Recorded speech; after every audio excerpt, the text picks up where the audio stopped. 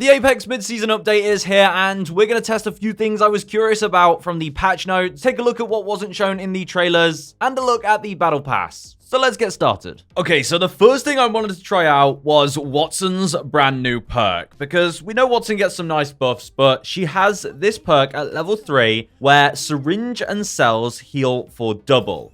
Now, we've seen this in Apex many times, the gold helmet has it. So right now, if we just take some damage and then pop a quick shield cell, there we go, it heals for double. But what I want to try out, does this stack with the gold helmet, which does the exact same thing? It doubles the effects of syringes and shield cells. Okay, let's take some damage. This actually works. It doesn't work. Okay, the developers thought about this one. It doesn't stack. So if you end up finding a gold helmet, do not use this perk on Wattson. Or just give the gold helmet to your teammate. But yeah, it doesn't stack. That was my dying question, honestly, when I read the patch notes. So there's the answer. We can also see the improvement they made for the arsenals. You can see now the hold to enhance thing. It has way more range on it to do it from on these edges. But also, we have the R301 right here. Let's see what this bad boy looks like with a gun shield generator, shall we? We can all predict it. Look at that. Beautiful. Honestly, will this put the R301 on the map? I don't know. But we get that sweet, sweet shield generator. I mean, that's bugged in third person, but yeah, pretty nice. Another thing I wanted to test was the Mirage change. Will he copy me when I change weapon? Moment of truth. Yes, it finally works. It finally properly works. Now, I want to see these new Vantage buffs in action. First of all, look how far Echo will go now. 55 meters at base range, and then up to a maximum of, I believe, 65. Yeah, 65 meters. Really nice. Also, let's see how fast this tactical time takes. Let's see. Okay, it's a little bit faster. Honestly, I couldn't tell the difference alone. I could tell the difference there, though. You pull your weapon out so fast. That is silky smooth. And even the jump as well itself is improved. The double jump, you have that improved double jump, and bam, you get your weapon so fast. Beautiful.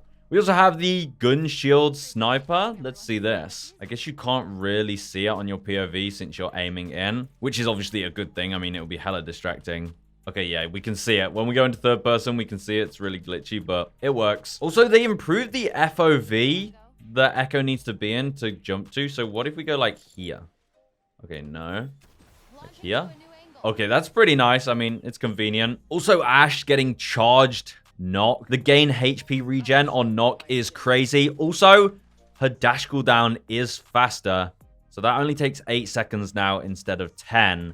Which I think is going to feel really good when you're playing Ash. I mean, her movement is top tier. Let's see if the Arcstar thing works, though. This is the new Arcstar effect. So if I get hit by this, it should take away my dash cooldown. So let's see. Let's say it's not even off cooldown. Let's say it's charging. Will it just completely remove it? Yeah, look at that. Resets the cooldown. This should be the same for Sparrow as well. So if you get hit with an Arcstar, it can be at any distance as well. I'm pretty sure it can be like all the way over here. You have to recharge your double jump. I mean, it's not as insane for Sparrow. He gets his double jump so fast. But yeah, Arcstars are definitely a handy ordinance to take. Probably better than all the rest at this point. Obviously, if you're going against those two legends, which you probably will be. Also, we got new Thermite effects. We throw this maybe on this gray surface so it's easier to see. Ooh. I like this. I like the visual effects. What about, like, how much? Yeah, that seems like it's more obvious of where the damage actually starts. Also, when you first throw it, it has that new activation thing. Look at that. I mean, it looks all right. Nothing crazy, but there you go. Now, when it comes to the Future Icons Milestone Event, yes, it's a Milestone Event. There are a few things that we can now see. First of all, the Milestone rewards are literally just Apex packs, which is pretty meh.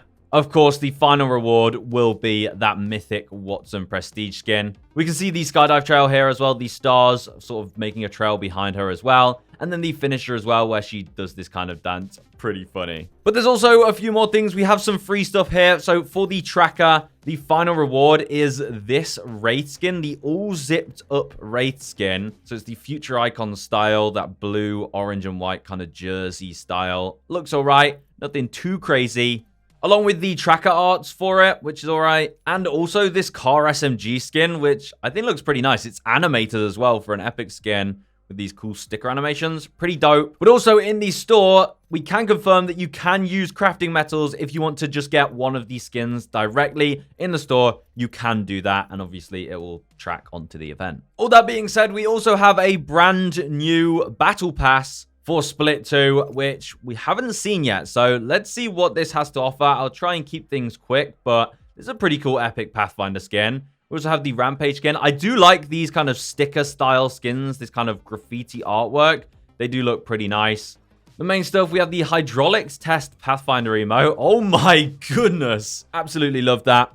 We also have some trackers for this race skin and a Flatline Artistic License epic skin, again with this cool effect. I like these skins. And then we have a Problem Child race skin. So this is kind of the same style as the Future Icons event anyway. And yeah, you can see she has that kind of school uniform style with, I like the hair. The hair is actually really cool. Yeah, overall, pretty nice skin. And then we have the Ultimate Plus version, the white, pink, and gold, with those cool, like, triangle gold effects. I mean, yeah, this is a dope skin as well. I'm not gonna lie, they cooked with this one. I don't think I'll be buying it, just because it is expensive. But, I mean, yeah, that is definitely probably one of the best Ultimate Plus skins that we've seen so far. Moving on to the next page, we have the Longbow Rise and Grind skin. I like this with the skateboard. Again, love the color scheme there. We also have this emote for Wraith, where she's just kind of doing the boxing training.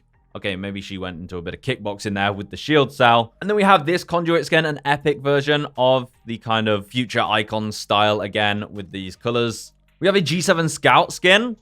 Really like this with the Nessie playing basketball. Pretty dope. And a Skydive emo Anti-Gravity for Conduit there, where she hangs by her little tactical things on her back. And then this is the legendary skin, the legendary Mastiff skin. We have the Peach and Cream. I mean, yeah, I kind of like those colors. Again, they'll go with the Ultimate Plus skin a lot more, I think. Gives you a bit more incentive to get that, I suppose. We also have a RE45 skin. Damn, that's pretty cool. I like that with the Altar Portal. And then we have trackers for the Gibraltar skin, along with a Peacekeeper skin, the Scratch Pad skin. And then the Gibraltar skin. Again, this game kind of school style. This one looks alright. I like his hair in the bun there. Actually looks pretty cool, but I don't think it's too insane. And then we have the Ultimate Plus Gibraltar skin. I mean, the shield looks cool. Again, the blonde hair as well with Jibby. Damn, okay. And this one's more of a purple, gold and white color scheme. Okay, he actually looks pretty cool. They've definitely started realizing what does well with these Ultimate Plus skins. I do like all the effects on them, but I don't think the price is fully justified. We have the Rule Breaker skin for Altar. We then have the Pumped and Ready Newcastle emote. Who's doing these crazy backflips. Oh, damn. Okay, Newcastle. Then we have the Sticker Shock Alternator skin with the Newcastle and the flames. And we also have a Newcastle skin. This one, I'm not a huge fan of this. I think it looks a little bit too janky. Like, there's too many effects there. I don't think it needed the visual, like, animations, to be honest. It would have looked fine without. And then going into the final page, we have the Return to Sender Bloodhound Skydive emote. Throwing the axes, dual axes there. Probably both the heirlooms. We then have this Devotion skin. Oh, damn.